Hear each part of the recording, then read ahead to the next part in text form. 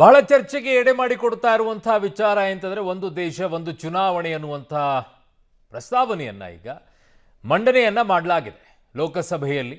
So ಈ ವಿಚಾರ ಬಹಳ ಚರ್ಚೆಯಲ್ಲಿ ಇದು ಯಾವ ರೀತಿ ಅಂತಂದ್ರೆ ಇದು ಹೇಗೆ ಸಾಧ್ಯ ಅಂತ ಹೇಳಿ ಒಂದು ರಾಷ್ಟ್ರ ಒಂದು ಚುನಾವಣೆ ಲೋಕಸಭೆಯಲ್ಲಿ ವಿಧೇಯಕವನ್ನ ಈಗ ಕಾನೂನು ಸಚಿವ ಮೇಘವಾಲ್ ಅವರು ಮಂಡಿಸಿದ್ದಾರೆ. ವಿಧೇಯಕಕ್ಕೆ ಕಾಂಗ್ರೆಸ್ ವಿರೋಧವನ್ನ ವ್ಯಕ್ತಪಡಿಸಿದೆ. ಒಕ್ಕೂಟ ವ್ಯವಸ್ಥೆಗೆ ಧಕ್ಕೆ ಆಗಲಿದೆ ಅಂತ ಕಾಂಗ್ರೆಸ್ನ ಸಂಸದ ಮನೀಶ್ ತಿವಾರಿ ಹೇಳಿರೋದು. ಟಿಎಂಸಿ ಹಾಗೂ ಸಮಾಜವಾದಿ ಪಕ್ಷ ಕೂಡ ಈಗ ತೀವ್ರ ವಿರೋಧವನ್ನ ವ್ಯಕ್ತಪಡಿಸಿದೆ. ಒಂದು ರಾಷ್ಟ್ರ ಒಂದು ಚುನಾವಣೆ ಅನ್ನುವಂಥ ಕಲ್ಪನೆ ನಮ್ಮ ದೇಶದಲ್ಲಿ ಮಾಡ್ಕೊಳ್ಳೋಕ್ಕಾಗಲ್ಲ ಅನ್ನುವಂಥದ್ದು ಕಾಂಗ್ರೆಸ್ನ ಸ್ಟ್ಯಾಂಡು, ಇನ್ನುಳಿದಂತಹ ಪಕ್ಷಗಳ stand.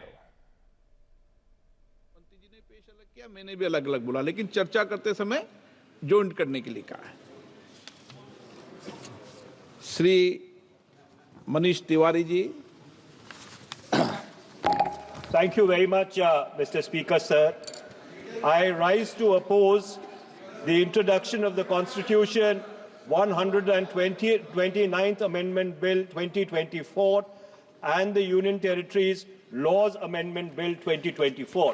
Mr. Speaker, sir, beyond the 7th schedule of the Constitution is the basic structure doctrine. And that basic structure doctrine spells out that there are certain features of the Indian Constitution which are beyond the amending power of this House also.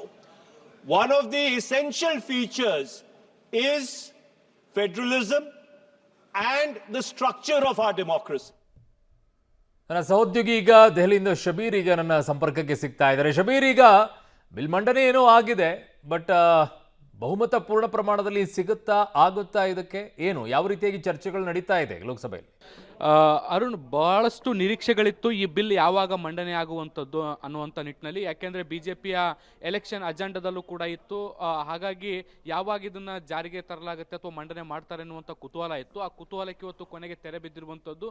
ಇವತ್ತು ಕಾನೂನು ಸಚಿವರಾಗಿರುವಂಥ ಅರ್ಜುನ್ ಸಿಂಗ್ ಮೇಘವಾಲ್ ಅವರು ಈ ಒಂದು ಮಸೂದೆಯನ್ನು ಮಂಡನೆ ಮಾಡಿರುವಂಥದ್ದು. ಈಗ ಲೋಕಸಭೆಯಲ್ಲಿ ಇದಕ್ಕೆ ಸಂಬಂಧಪಟ್ಟಂತೆ ಚರ್ಚೆಗಳು ಕೂಡ ಶುರುವಾಗಿರುವಂಥದ್ದು. ಸಹಜವಾಗಿ ವಿರೋಧ ಪಕ್ಷಗಳು ಈಗ ಇದಕ್ಕೆ ಈ ಒಂದು ಮಸೂದೆಯ ವಿರುದ್ಧ ಆಕ್ಷೇಪವನ್ನು ವ್ಯಕ್ತಪಡಿಸ್ತಾ ಇದ್ದಾವೆ. ಮುಖ್ಯವಾಗಿ TMC ಆಗಿರ್ಬೋದು, SP ಆಗಿರ್ಬೋದು, ಕಾಂಗ್ರೆಸ್ ಸಂಸದರು ಈಗಾಗಲೇ ಮಾತಾಡಲಿಕ್ಕೆ ಶುರು ಮಾಡಿದ್ದಾರೆ.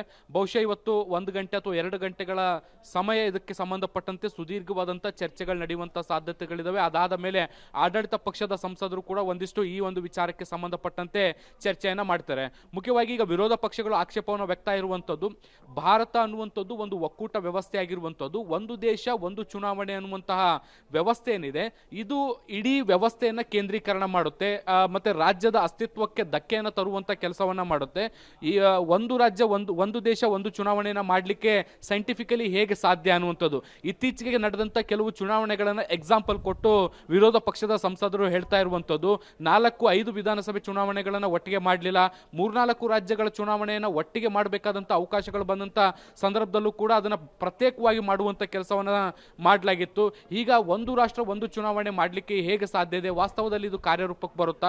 ಒಂದ್ ವೇಳೆ ಬಂದರೂ ಕೂಡ ಭಾರತದ ಒಕ್ಕೂಟ ವ್ಯವಸ್ಥೆಗೆ ಇದು ಬಹಳ ದೊಡ್ಡ ಧಕ್ಕೆ ಆಗುವಂತ ಸಾಧ್ಯತೆಗಳಿದ್ದಾವೆ. ಹೀಗಾಗಿ ಮಸೂದೆಗೆ ಯಾವುದೇ ಕಾರಣಕ್ಕೂ ಕೂಡ ಜಾರಿ ಮಾಡಬಾರದು ಅನ್ನುವಂಥ ನಿಟ್ಟಿನಲ್ಲಿ ಅವರು ಆಕ್ಷೇಪವನ್ನು ಕೂಡ ವ್ಯಕ್ತಪಡಿಸ್ತಾ ಇದ್ದಾರೆ.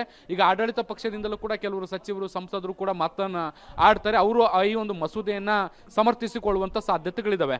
ಆದ್ರೆ ಮೂಲಗಳು ಹೇಳ್ತಾ ಇರುವಂತದ್ದು ಏನು ಅಂದ್ರೆ ಈ ಮಸೂದೆಯಲ್ಲಿ ಇನ್ನೂ ಕೆಲವೊಂದಿಷ್ಟು ತಿದ್ದುಪಡಿಗಳನ್ನ ತರುವಂತ ಉದ್ದೇಶದಿಂದ ಇದನ್ನ JPCಗೆ ಕೊಡಬಹುದು ಅನ್ನುವಂಥ ನಿಟ್ಟಿನಲ್ಲಿ ಈಗ ಮಾತುಗಳು ಕೂಡ ಕೇಳಿ ಬರ್ತಾ ಇರುವಂತದ್ದು.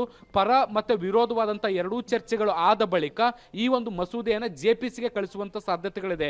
ಈ ಹಿಂದೆ ಕಳೆದ ಸೆಷನ್ ನಲ್ಲಿ ನಾವು ನೋಡಿದ್ವಿ, ವಕ್ಫ್ ವಿಚಾರಕ್ಕೆ ಬಂದಂತ ಸಂದರ್ಭದಲ್ಲಿ ಸಾಕಷ್ಟು ವಿರೋಧಗಳು ಕೇಳಿ ಬಂದವು. ಈ ಸಂದರ್ಭದಲ್ಲಿ ಅದನ್ನು ಹೇಗೆ JPCಗೆ ಕಳಿಸ್ಕೊಡ್ಲಾಗಿತ್ತು, ಜಾಯಿಂಟ್ ಪಾರ್ಲಿಮೆಂಟರಿ ಕಮಿಟಿ ಏನಿದೆ ಅದಕ್ಕೆ ಕಳಿಸ್ಕೊಡ್ಲಾಗಿತ್ತು. ಅದೇ ರೀತಿ ಈ ಒಂದು ಮಸೂದೆಯನ್ನು ಕೂಡ ಕಳಿಸಿ ವಿರೋಧ ಪಕ್ಷ ಮತ್ತೆ ಆಡಳಿತ ಪಕ್ಷದ ಎಲ್ಲಾ ಸಂಸದರನ್ನು ಕೂಡ ಒಟ್ಟುಗೂಡಿಸಿ ಈ ಮಸೂದೆಯಲ್ಲಿ ಮತ್ತಷ್ಟು ಬದಲಾವಣೆ ಏನಾದರೂ ತರಲಿಕ್ಕೆ ಸಾಧ್ಯ ಇದೆಯಾ ಅನ್ನುವಂಥದ್ದನ್ನು ನೋಡಿಕೊಂಡು ಬದಲಾವಣೆಗಳ ಜೊತೆಗೆ ಮತ್ತೊಮ್ಮೆ ಮಂಡನೆ ಆಗುವಂತ ಸಾಧ್ಯತೆಗಳನ್ನು ಕೂಡ ನಿರೀಕ್ಷೆ ಮಾಡಬಹುದು.